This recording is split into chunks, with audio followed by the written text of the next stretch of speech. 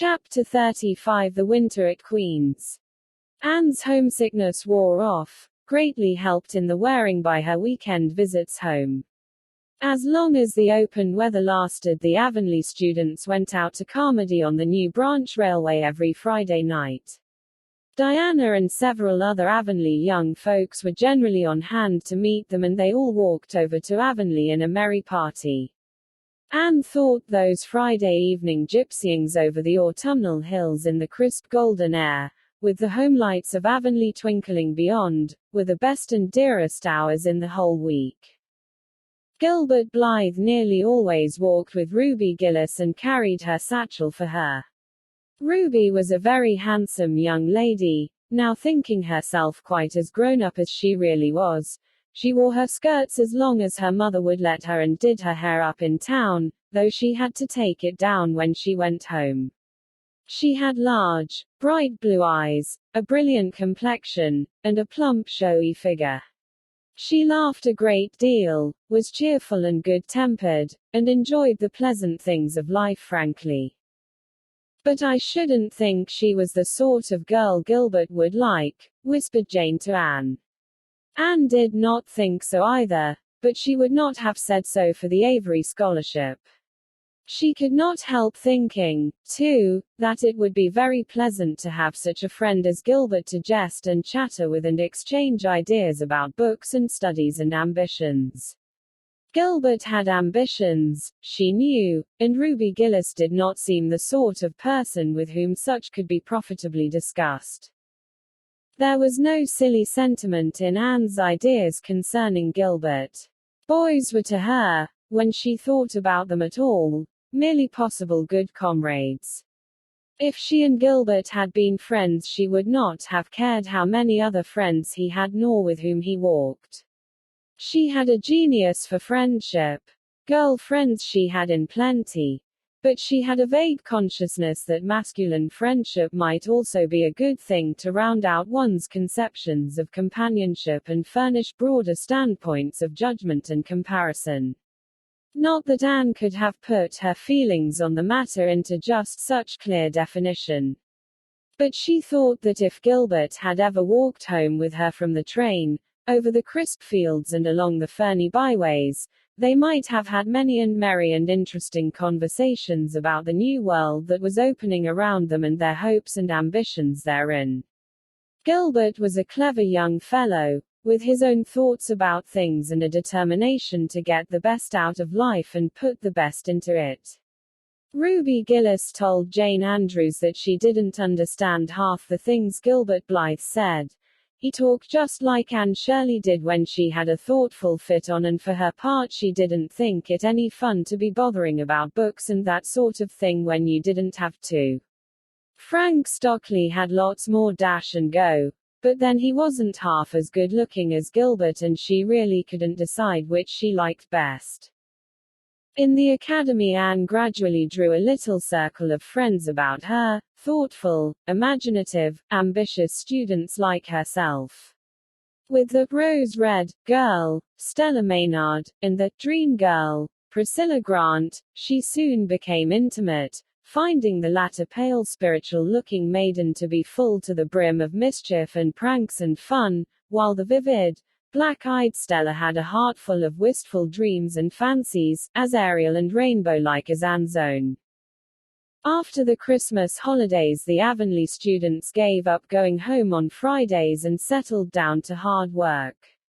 By this time all the Queen's scholars had gravitated into their own places in the ranks and the various classes had assumed distinct and settled shadings of individuality.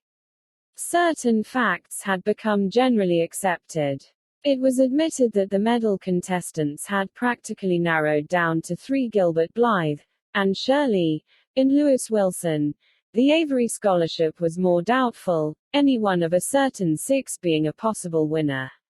The bronze medal for mathematics was considered as good as won by a fat, funny little up-country boy with a bumpy forehead and a patched coat. Ruby Gillis was the handsomest girl of the year at the academy. In the second-year classes Stella Maynard carried off the palm for beauty, with small but critical minority in favor of Anne Shirley. Ethel Marr was admitted by all competent judges to have the most stylish modes of hair dressing, and Jane Andrews plain, plodding, conscientious Jane carried off the honors in the domestic science course. Even Josie Pye attained a certain preeminence as the sharpest-tongued young lady in attendance at Queen's. So it may be fairly stated that Miss Stacy's old pupils held their own in the wider arena of the academical course. Anne worked hard and steadily. Her rivalry with Gilbert was as intense as it had ever been in Avonlea School, although it was not known in the class at large, but somehow the bitterness had gone out of it. Anne no longer wished to win for the sake of defeating Gilbert, rather, for the proud consciousness of a well-won victory over a worthy foeman. It would be worthwhile to win, but she no longer thought life would be insupportable if she did not. In spite of lessons, the students found opportunities for pleasant times. Anne spent many of her spare hours at Beechwood and generally ate her Sunday dinners there and went to church with Miss Barry. The latter was, as she admitted, growing old, but her black eyes were not dim nor the vigor of her tongue in the least abated.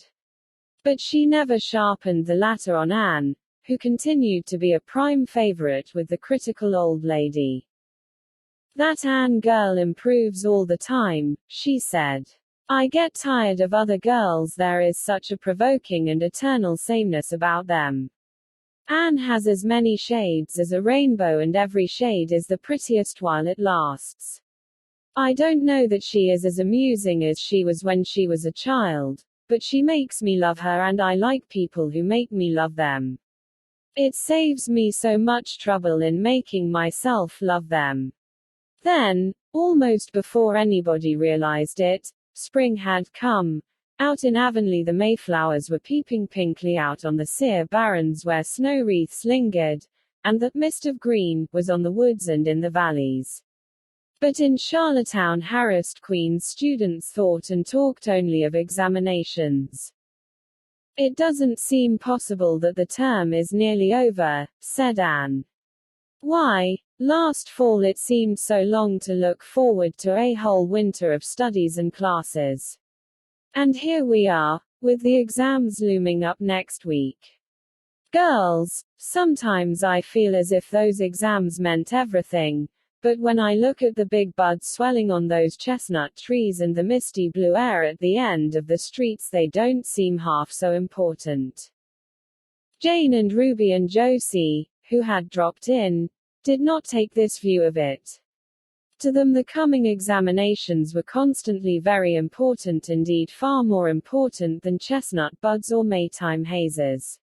It was all very well for Anne, who was sure of passing at least, to have her moments of belittling 'em, but when your whole future depended on 'em as the girls truly thought theirs did, you could not regard them philosophically. "I've lost 7 pounds in the last 2 weeks, sighed Jane. "It's no use to say don't worry. I will worry. Worrying helps you some. It seems as if you were doing something when you're worrying. It would be dreadful if I failed to get my license after going to Queen's all winter and spending so much money." "I don't care," said Josie Pye. "If I don't pass this year I'm coming back next. My father can afford to send me." "Anne, Frank Stockley says that Professor Tremaine said Gilbert Blythe was sure to get the medal and that Emily Clay would likely win the Avery Scholarship." "That may make me feel badly tomorrow, Josie," laughed Anne, "but just now I honestly feel that as long as I know the violets are coming out all purple down in the hollow below Green Gables and that little ferns are poking their heads up in Lover's Lane, it's not a great deal of difference whether I win the Avery or not. I've done my best and I begin to understand what is meant by the joy of the strife. Next to trying and winning, the best thing is trying and failing. Girls, don't talk about exams. Look at that arch of pale green sky over those houses and picture to yourself what it must look like over the purpley dark beech woods back of Avonlea." "What are you going to wear for commencement, Jane?" asked Ruby practically. Jane and Josie both answered at once, and the chatter drifted into a side eddy of fashions. But Anne, with her elbows on the window-sill, her soft cheek laid against her clasped hands, and her eyes filled with visions, looked out unheedingly across city roof and spire to that glorious dome of sunset sky, and wove her dreams of a possible future from the golden tissue of youth's own optimism. All the beyond was hers, with its possibilities lurking rosily in the oncoming years, each year a rose of promise to be woven into an immortal chaplet.